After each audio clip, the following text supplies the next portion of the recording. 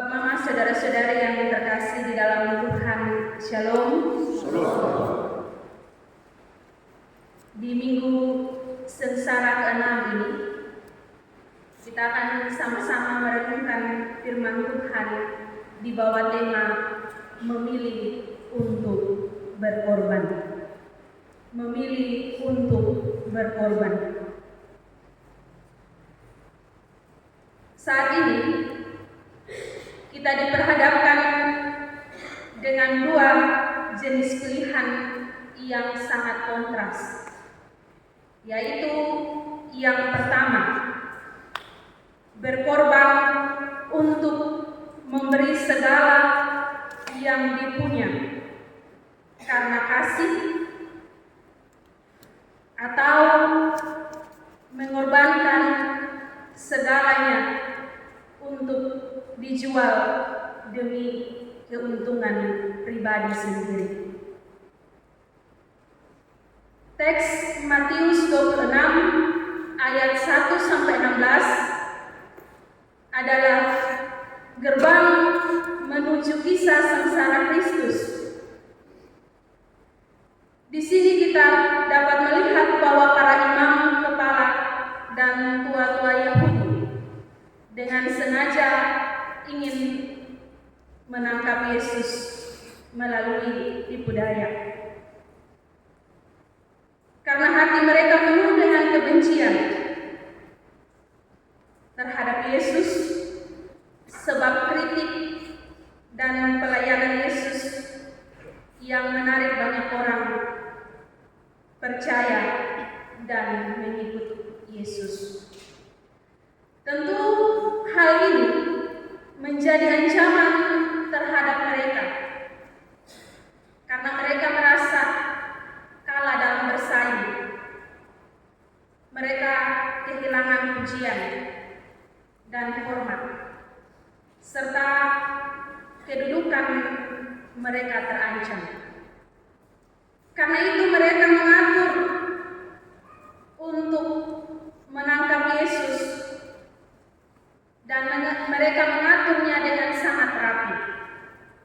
Bacaan kita dengan jelas berkata, jangan saat perayaan, nanti rakyat membuat kerusuhan. Jadi segala sesuatu yang dibungkus rapi atau segala sesuatu yang kelihatan baik belum tentu membawa kebaikan, karena seringkali itu hanyalah tipu daya yang mematikan. Orang biasa bilang, dalam laut bisa diduga atau bisa diukur, tetapi isi hati manusia sulit untuk ditebak. Kalau orang subenci orang lain, maka itu orang mau buat baik kemanapun, pasti dia akan tetap membenci. Bahkan dia bisa menyusun rencana untuk membunuh orang yang dia benci. Saat para pemimpin sedang merencanakan untuk membunuh Yesus, muncul satu tindakan yang sangat berbeda dari seorang perempuan.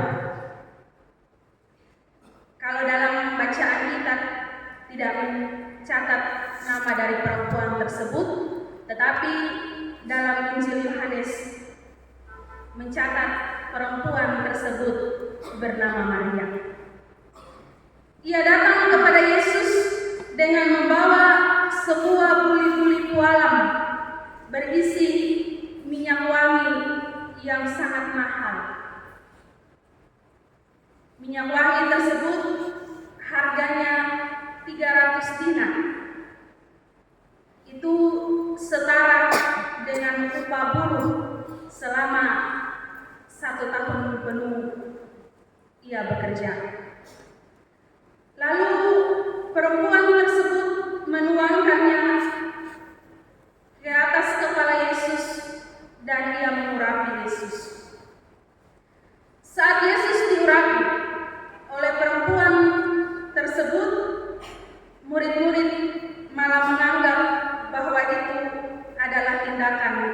pemborosan, sebab minyak ini dapat dijual dengan harga yang mahal dan uangnya bisa diberikan kepada orang miskin. Hal ini kedengarannya mulia, kedengarannya bijaksana, kedengarannya rohani. Tetapi Yesus bisa membaca isi hati murid-murid, sehingga pada ayat yang ke-10 bacaan kita tadi, ia mengoreksi perkataan mereka. Murid-murid memakai argumen orang miskin untuk memprotes tindakan kasih yang diarahkan kepada Yesus. Tetapi ini bukan berarti Yesus menolak orang miskin. Yesus selalu berpihak kepada yang lemah, kepada orang miskin. Namun Yesus sedang menyikap sesuatu yang lebih halus, yaitu kepedulian bisa menjadi alasan yang cantik untuk menutupi hati yang dingin. Sebagai orang Kristen, kita seringkali menunjukkan kepedulian kita kepada orang lain, kepada sesama kita, atau membantu orang lain, tetapi kadang bukan dengan hati yang tulus, namun supaya mendapatkan balasan atau mendapatkan pujian dari orang lain. Karena itu Yesus berkata, orang miskin selalu ada padamu, tetapi aku tidak akan selalu ada padamu. Kalimat ini bukan pembenaran untuk mengabaikan orang miskin, tetapi Yesus mau memberitahukan kepada mereka bahwa saatnya sudah dekat untuk menuju pada kematian. Namun semua tidak paham akan hal itu. Hanyalah perempuan tersebut yang mengerti maksud Yesus. Dan hal ini menunjukkan bahwa hati perempuan tersebut peka akan segala sesuatu. Sedangkan murid-murid yang selalu ada bersama-sama dengan Yesus pun tidak memahami apa yang akan terjadi pada Yesus, karena tidak ada kepekaan dalam diri mereka. Padahal kurang lebih 3 tahun pelayanan Yesus, mereka ada bersama-sama dengan Yesus. Mereka melihat semua hal yang Yesus buat, tetapi mereka tidak paham maksud dari perkataan Yesus tersebut. Seringkali karena memikirkan diri sendiri, akhirnya kita tidak peka dengan keadaan yang terjadi di sekitar kita. Dengan peka, kita juga bisa mengorbankan apa yang kita miliki tanpa menghitung untung dan rugi. Selain memiliki hati yang peka, perempuan tersebut juga menyerahkan dirinya untuk mencintai Yesus dengan total tanpa pikir panjang. Dan dia tidak memberi yang sisa-sisa, tetapi memberi yang terbaik. Minyak dengan harga yang mahal, ia tidak memberi dari sisa, memberi yang sisa, tetapi ia memberi sesuatu yang terbaik. Namun perbedaan yang paling tajam muncul di ayat 14. Setelah kita melihat kemurahan hati Maria, hati perempuan tersebut yang begitu luar biasa, kita juga melihat sikap egois dari Yudas yang mematikan, yang mana Yudas pergi kepada imam-imam kepala dan berkata, "Apa yang hendak kamu berikan kepadaku supaya aku menyerahkan dia kepada kamu?" Mereka bersepakat pada harga 300 keping perak, harga seorang budak menurut hukum Taurat. Saat Maria memberikan minyak seharga 1 tahun upah pekerja buruh pada waktu itu untuk menghormati Yesus, atau saat perempuan tersebut mengorbankan segala yang ia punya karena ia mengasihi Yesus. Tetapi di lain sisi, Yudas memilih menjual Yesus dengan harga yang jauh lebih murah. Yudas menolak untuk berkorban demi Yesus. Sebaliknya, ia mengorbankan Yesus demi kepentingan pribadinya. Padahal kita tahu bersama bahwa Yudas adalah salah satu murid Yesus yang selama 3 tahun ia melihat mujizat dan mendengar pengajaran-pengajaran yang disampaikan oleh Yesus. Namun hatinya tetap tidak berubah. Ini adalah peringatan bagi kita semua bahwa kedekatan religius tidak menjamin hati yang mau berkorban.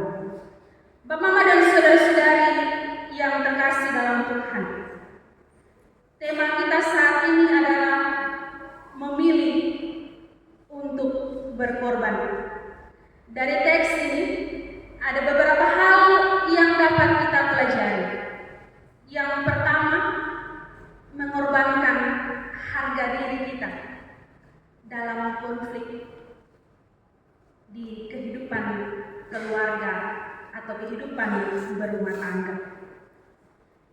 Dalam keluarga, seringkali kita merasa paling benar. Ego kita terlalu tinggi.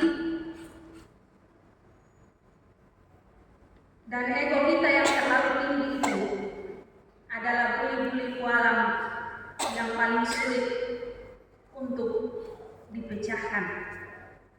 Namun saat kita memilih untuk meminta maaf duluan kepada pasangan kita, saat kita memilih meminta maaf duluan kepada anak-anak kita, atau saat kita memilih meminta maaf duluan kepada orang tua kita, meskipun kita merasa kita benar, meskipun kita merasa bahwa kita ada di posisi yang benar, tetapi ketika kita meminta maaf duluan, itu adalah sebuah pengorbanan harga diri. Sebab ketika kita merendahkan hati demi kedamaian dalam keluarga kita, maka kita sedang mengurapi rumah tangga kita dengan minyak yang harum di mata Tuhan. Kemudian yang kedua, jangan menghitung untung rugi dengan Tuhan. Pengorbanan perempuan tersebut dianggap boros oleh dunia, tetapi indah di mata Tuhan. Jangan takut dicibir orang karena dedikasi kita yang berlebihan dalam melayani Tuhan atau menolong sesama. Kemudian jangan pernah kita hitung berapa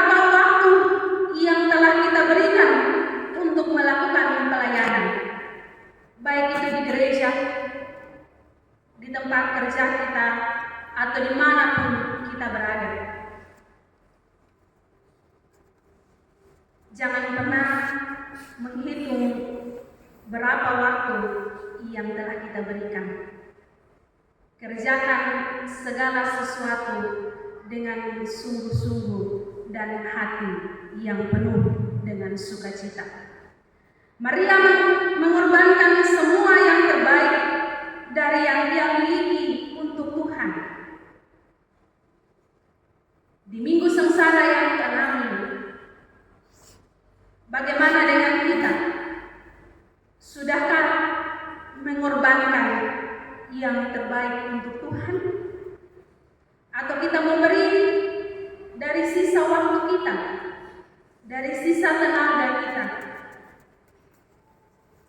untuk Tuhan dan untuk keluarga kita? Mari kita berefleksi dalam diri kita masing-masing. Kemudian yang ketiga, kepentingan diri sendiri dan sikap tamak dapat menjadi jerat hati mengkhianati iman kepada Yesus dan pengkhianatan kepada sesama.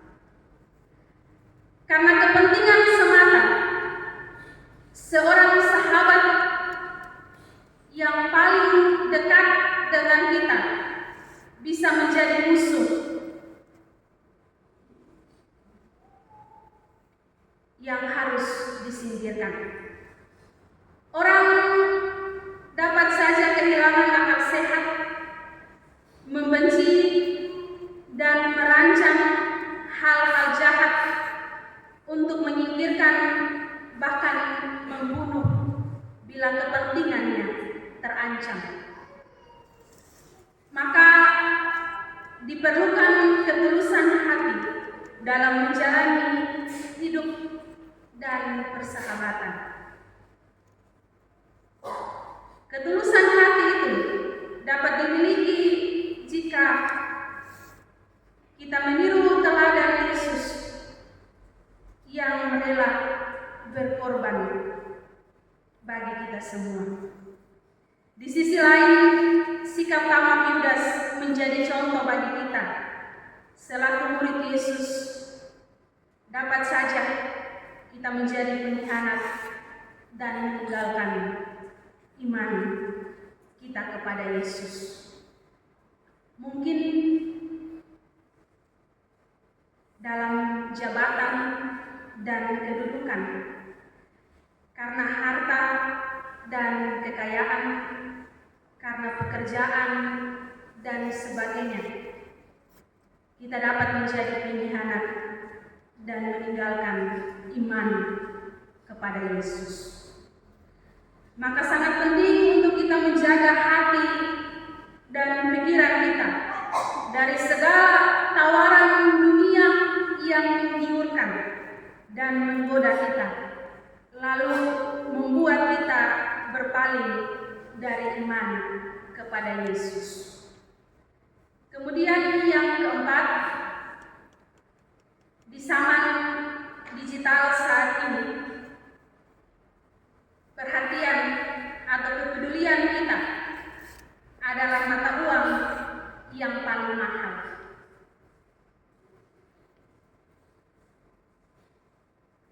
Di zaman digital ini, seringkali kita hanya sibuk dengan ponsel kita masing-masing, sampai melupakan orang-orang terdekat kita, sampai melupakan keluarga kita, suami atau istri, orang tua, dan anak-anak kita. Oleh karena itu,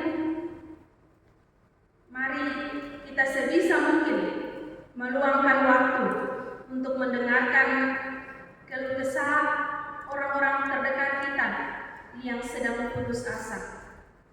Mari kita meluangkan waktu untuk duduk dan mendengar curhatan-curhatan atau cerita-cerita dari istri atau dari suami kita, dari anak-anak kita. Tetapi ingat, jangan kita tidak dengar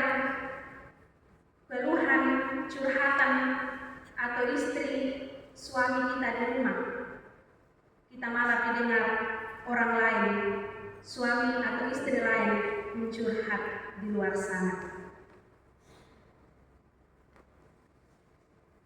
Sebisa mungkin orang tua mendengarkan cerita anak-anak, dan sebisa mungkin anak-anak bercerita kepada orang tua. Jangan tiap hari dalam keluarga satu marah dengan satu berkelahi dengan satu. Atau sebisa mungkin kita mengatur jam-jam doa dengan baik di tengah-tengah kelelahan dan kesibukan kerja kita setiap hari.